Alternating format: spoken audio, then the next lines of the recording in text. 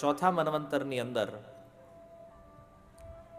એક અદ્ભુત ઘટના બની કે હાથીના રૂપમાં એક જીવ એણે ભગવાનની પ્રાપ્તિ કરી હાથીના શરીરમાં.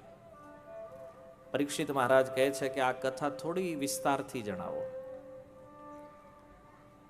તો એક ગજેન્દ્ર સ્વર્ગલોકમાં ત્રિકૂટ નામનો એક પર્વત છે અને એની તળેટીમાં એક સુંદર ઉદ્યાન છે અને એ ઉદ્યાનની અંદર એક ગજેન્દ્ર રહેતો હતો એના પરિવાર સાથે. હજારો હાથણીઓ, હાથીઓ, બચ્ચાઓનું પરિવાર. ગરમીના દિવસો, એક સરોવરની અંદર એ જળ ક્રીડા કરવા માટે આ બધા હાથીઓને લઈને જ્યારે ઉતર્યો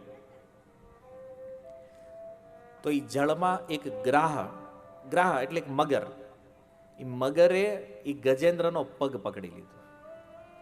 હવે જો આ ગજેન્દ્ર એટલો બળવાન છે, એને થયું કે આ તો કોઈ પાણીનો નાનો મોટો જીવ છે, લાત મારી અને ફગાવવાની ટ્રાય કરી, પણ એ ગ્રાહ છોડતો નથી. જો આપણે ગમે એટલા બળવાન હોય, ગમે એટલું મોટું સામર્થ્ય હોય, પણ કાળ જ્યારે પકડે ને ત્યારે આપણું બધું બળ જે છે ને સમાપ્ત કરી દે. એનો તમે વિચાર કરો, એક બાજુ હાથી હોય ને એક બાજુ મગર હોય, બળ કોનું વધારે હોય? ભલે ભૂમિ ઉપર હોય, પાણીમાં હોય, બળ કોનું વધે? હાથીનું વધવાનું છે. પણ આજે જો હાથીનું બળ ઓછું થયું છે અને એ મગરનું બળ વધારે થયું છે. કેમ? એ ગ્રાહ બીજું કોઈ નથી, કાળ છે. અને કાળની આગળ બધાનું બળ નકામો છે. એટલે એક પ્રસિદ્ધ દોહો છે, સમય સમય બલવાન હૈ નહીં મનુષ્ય બલવાન, કાબે અર્જુન લૂંટ્યો વહી ધનુષ વહી બાણ.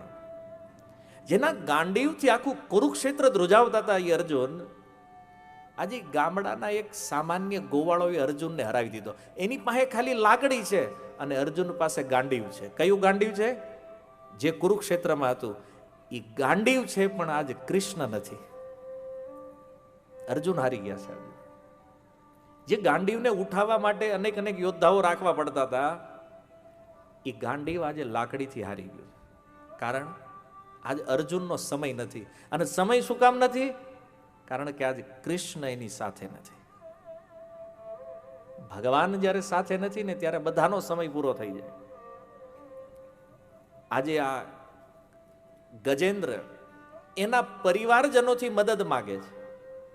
એને કીધું બધા મને સહાયતા કરો, હેલ્પ કરો. અને એ હાથીઓએ એકબીજાની સૂંઢમાં સૂંઢ પરોવી એ ગજેન્દ્રને ખેંચવાની બહુ ટ્રાય કરી. હવે તમે વિચાર કરો કાળનું બળ કેવું છે. એક બાજુ હજારો હાથીઓનો એ પરિવાર એક ગજેન્દ્રને ખેંચે અને એક બાજુ ખાલી ગ્રાહ એકલો છે. તો ઓલો ગ્રાહ જે છે ને ગજેન્દ્રને અંદર ખેંચી રહ્યો છે. અને આ જ સ્થિતિ હોય જ્યારે કાળ આપણને લેવા આવે ને, આપણું આખું પરિવાર હોય, મૃત્યુ સમયે એ આપણું જે આસન છે, આપણું જે બેડ છે, એની ફરતે આખું પરિવાર આપણું ઊભું હોય અને બધા પોતાને સામર્થ્યવાન, વિદ્યાવાન, ગુણવાન માનતા હોય, પણ કાળ જ્યારે પકડે ને ત્યારે આ સંસારમાં કોઈ મદદ ન કરી શકે. ગમે એટલો બળવાન વ્યક્તિ હોય, બોલો કે મારી આટલી ઓળખાણ છે અહીંયા, ગમે એટલી ઓળખાણ હોય, કાળની આગળ કોઈની ઓળખાણ કામ લાગતી નથી. અને એ હજારો હાથીઓનું બળ, અને ઓલાને થયું કે આ તો ડૂબશે, હારે આપણને ડૂબાડશે. અને જ્યારે પોતાની ઉપર ખતરો આવે ને ત્યારે ગમે એવા સગા સ્નેહી હોય ને છોડીને ભાગી જાય. યાદ કરો કોરોના, સગા બાપને અડવા તૈયાર નહોતા. શું કામ? અમને લાગી જાય તો અમે ઉકલી જાઓ છે ને. બધા હાથી મૂકીને વયા ગયા. અને હવે બે એકલા. આકાશમાં દેવતાઓ આવ્યા જોવા ગ્રાહ અને ગજેન્દ્રના યુદ્ધને. અને ધીરે ધીરે ધીરે ધીરે ગ્રાહ એને પાણીમાં ખેંચવા માંડ્યો અને હાથીનું આખું શરીર ડૂબી ગયું, ખાલી મસ્તક બહાર રહ્યું છે. અને એ સમયે આ ગજેન્દ્રને પૂર્વ જીવનમાં યાદ કરેલું ભગવાનનું એક સ્તોત્ર, ભગવાનની એક સ્તુતિ યાદ આવી. અને ભગવાનની સ્તુતિ કરતા ગજેન્દ્ર કહે છે, ગજેન્દ્ર ઉવાચ ઓમ નમો ભગવતે તસ્મે યત એતચ્ચિદાત્મકં પુરુષાયાદિબીજાય પરેશાયાભિધીમહિ યસ્મિન ઇદમ યતશ્ચેદમ યેનેદમ ય ઇદમ સ્વયં યોસ્માત પરસ્માશ્ચ પરસ્પમ પ્રપદ્યે સ્વયં ભુવમ. અનેક શ્લોકોમાં એ ગજેન્દ્ર સ્તુતિ, પણ આ સ્તુતિની ખાસિયત એ છે કે ભગવાનનું નામ નથી લીધું એને આ સ્તુતિમાં. જો ગજેન્દ્ર સ્તુતિ તમે વાંચજો ભાગવતમાં ઘરે જઈને, જેટલા શ્લોકોમાં ગજેન્દ્રએ સ્તુતિ કરી ભગવાનનું નામ નથી ક્યાંય. સ્તુતિ કરતા કીધું કે જે આ જગતનું મૂળ કારણ છે, જે સૌના હૃદયમાં પરમાત્મા રૂપે બિરાજમાન છે, જે આ સંસારના એકમાત્ર સ્વામી છે, જેનાથી આ ચૈતન્યનો વિસ્તાર થયો છે, તસ્મૈ નમઃ, એ ભગવાનને હું નમસ્કાર કરું છું. ધીમહિ, પ્રેમપૂર્વક હું એ ભગવાનનું ધ્યાન કરું છું, તો એ ભગવાન આવીને મને બચાવે. હવે ધ્યાનથી સમજજો, આ સ્તુતિ જે છે ને, ગજેન્દ્ર સ્તુતિ, આ પરમ તત્વનો નિર્ણય કરવા વાળી સ્તુતિ છે. આ જગતમાં લોકો લડે છે, અમારા ભગવાન સૌથી મોટા છે, ઓલા કે ના ના અમારા મોટા છે, ઓલા કે અમારા પૂર્ણ પુરુષોત્તમ છે, આ કે નહીં અમારા પૂર્ણ પુરુષોત્તમ છે, ઓલા કે અમારા સર્વોપરી, જા કે ના અમારા સર્વોપરી. ડખા બંધ કરો ભાઈ, ગજેન્દ્રની સ્તુતિ જોઈ લ્યો.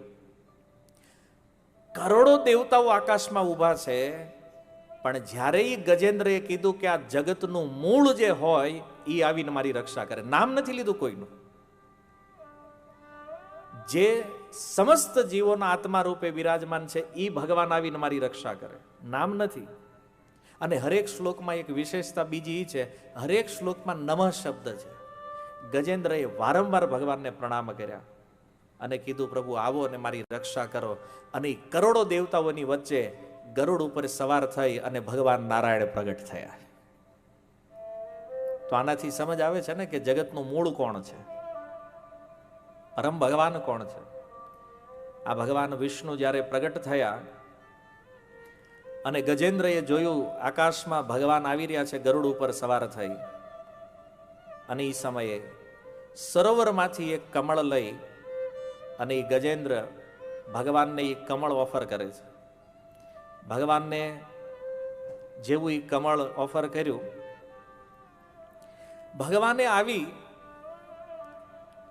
અને એ ગરુડ ઉપરથી, ગરુડને એવી રીતે ભગવાને લેન્ડ કરાવ્યું, પોતાના હાથથી ગજેન્દ્રને ઉપાડી અને કિનારા ઉપર લાવી દીધા.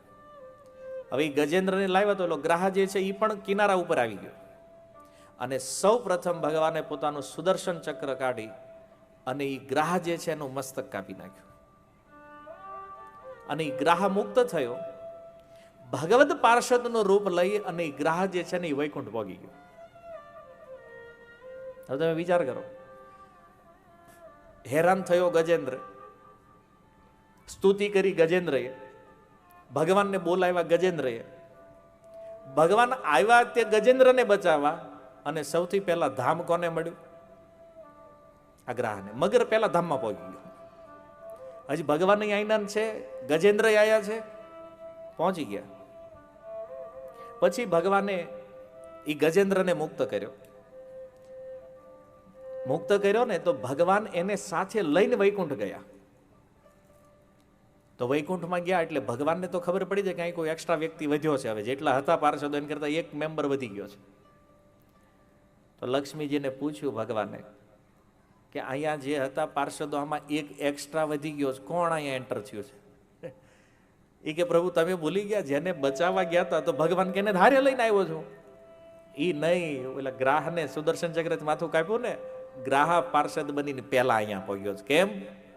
તો સિદ્ધાંત એ છે કે આ જગતમાં હંમેશા ભગવાનના ભક્તોના દાસ બનીને રહેવું. દાસ બનવાનો ફાયદો એ છે કે જ્યારે કોઈ ભક્તને દર્શન આપવા કે એ ભક્તને બચાવવા જ્યારે ભગવાન આવે ને, ત્યારે એ જોવે કે મારા ભક્તના ચરણમાં કોણ છે, એનો પહેલા ઉદ્ધાર થાય.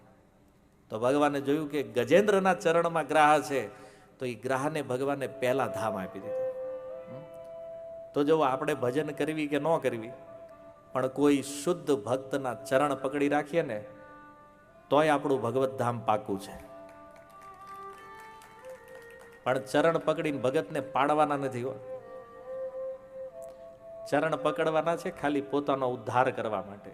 આ નકર ઘણા કળિયુગ વાળા હોશિયાર છે, પાડી દે. 2 વર્ષ ચરણ પકડે, પછી ત્રીજા વર્ષે કે હવે પડો. કેમ? તા કે હવે અમારે ઊભા થવાનું. કળિયુગ છે ને ભાઈ, 2 વર્ષ લોકો ચેલા રે પછી ગુરુ બની જાય. હવે જરૂર નથી કે અમારે. દાસ ભાવ જે છે ને બહુ જરૂરી છે.